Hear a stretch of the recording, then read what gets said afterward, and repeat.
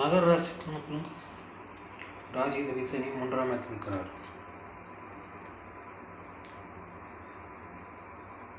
மகர ராசிக்காரர்கள் வெளியூர் வெளிநாடு செல்வார்கள்.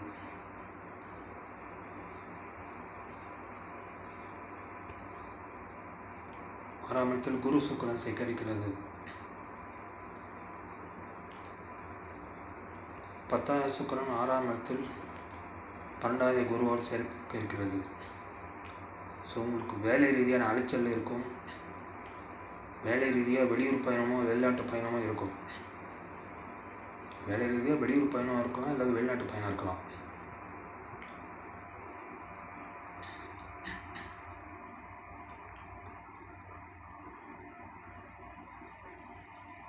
ஏழாம் இடத்தில் சூரியன் புதன் இருக்கிறது.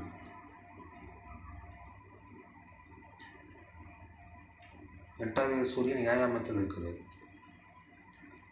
ஸோ கண்ணமழையுடைய சண்டை சச்சரவுகளாக இருக்கும். மாத பிறப்புகளில் சூரியன் 8ஆம் இடத்துக்கு வந்து விடுவார்.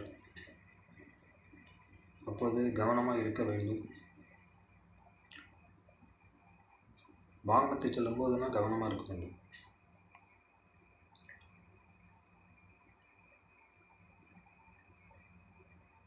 ஒன்பதாம் இடத்தில் செவ்வாய் இருக்கிறார். சனி பார்க்கிறார் செவ்வாய். சனி செவ்வாய் தொடர்பு சரியில்லை. மகராசிக்கு பாதகாதி செவ்வாய் சனியை பார்க்கிறார். ஸோ வாகனத்தை செல்லும்போது எச்சரிக்கையாக இருக்க வேண்டும், கவனமாக இருக்க வேண்டும்.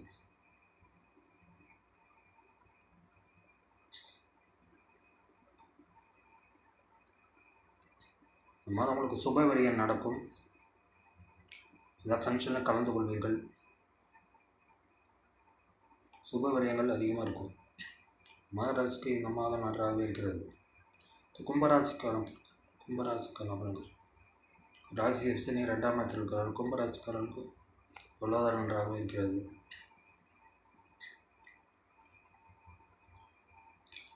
கும்பராசிக்கு 5ஆம் இடத்தில் குரு சுக்கிரன் சேகரிக்கிறது. 9ஆவது சுக்கிரன் 5ஆம் இடத்தில் இருக்கிறார். உங்களுக்கு அதிர்ஷ்ட வாய்ப்புகளும் தேடி வரும்.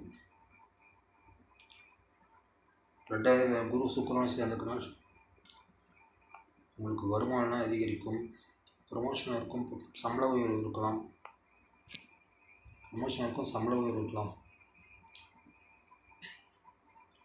மாதப்பகுதி சூரியன் 7ஆம் இடத்துக்கு வந்துள்ளார்.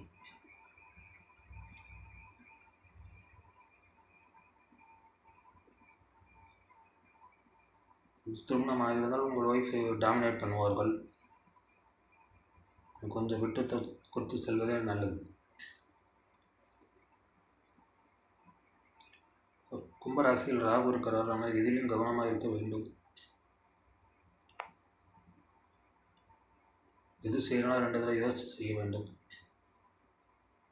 10ஆவது செவ்வாய் 8ஆம் இடத்தில் இருக்கிறார். திடீர் அதிர்ஷ்ட வாய்ப்புகள் உங்களை தேடி வரும். பேச்சில் கவனம் தேவை. கும்பராசிக்காருக்கு இந்த மாதம் நன்றாக இருக்கிறது. மீனராசிக்கான பெண்கள் ராசி குரு சுக்கிரனோடு சேர்ந்திருக்கிறார். ராசி குரு 8ஆவது சுக்கிரனோடு சேர்ந்திருக்கிறது சிறப்பில்லை. உங்களுக்கு அலைச்சல் இருக்கும், டென்ஷன் இருக்கும். 10ஆம் இடத்துல குரு சுக்கிரன் பார்க்குறாங்க. வேலையில் ஒரு உயர்வு இருக்கும்,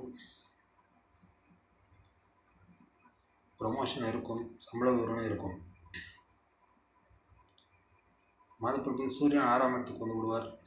வேலை இல்லாத மீனராசிக்காரர்கள் வேலை கிடைக்கும். 12ஆம் இடத்தில் ராகு இருக்கலாம். உங்களோட அலைச்சல் இருக்கும், உங்கள் தூக்கம் கெடும். வெளியூருக்கோ வெளிநாட்டுக்கோ நீங்கள் பயணம் மேற்கொள்வீர்கள்.